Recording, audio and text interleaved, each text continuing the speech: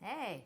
We are making open house dishes today, and we are about to make some pear crisps. Yeah, I think some unconventional open house dishes. Yeah, absolutely. We were really thrilled by the submissions.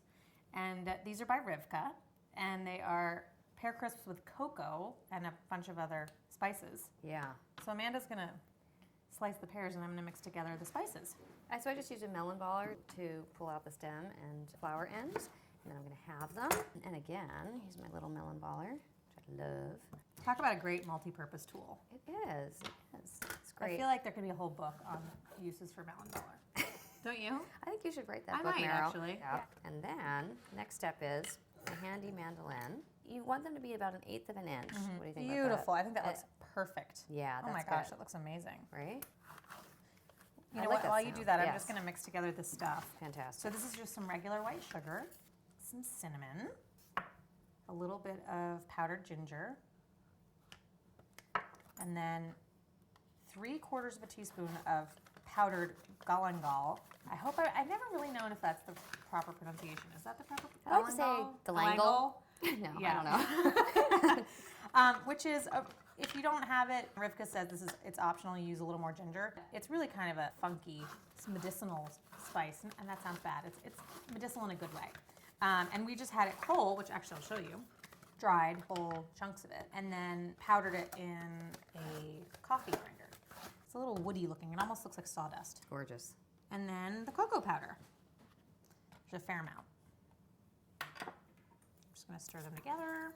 And this makes a fair amount. We found we had a lot left over, so you could have the amounts or just save it for your next batch.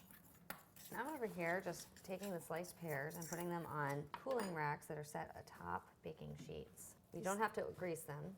They don't stick. These slices are beautiful. Oh, thank you. Good job.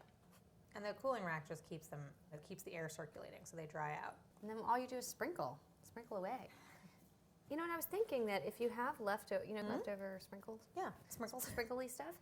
And actually, it would make a nice hot cocoa, don't you Ooh, think? it would. Like That's add milk. true. I and hadn't even warm it thought up. about that. That's a great Like idea. that. Yeah, like a super amped up Mexican hot chocolate.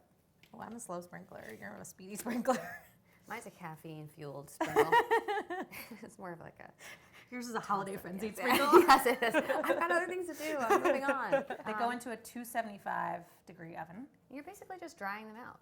And you want to flip them halfway through. So after about half an hour, flip them over, put them back in, check them again at an hour. And if they're not dry, just keep them in there. Yeah. There we go. So rather than wait for our pear crisps to be done today, we're going to show you the ones we made yesterday, which actually are looking a little bit like potpourri at the moment. So they're spiced on one side, which is kind of dark, and the other side, gorgeous. Little pear lovelies.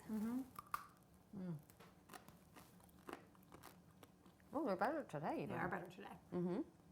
They're really crispy around the edge, but they're still a little chewy in the middle, which is important because otherwise you lose that fresh pear taste, which really comes through. It's kind of amazing. These are really, you can tell they're homemade. They're not. Yeah, no, they're really good. And I like that the skins are still on because it gives the edge a real texture. So, what a fun recipe. It's great. And like totally stress-free. I like that. Thank you so much, Rivka, for a great recipe.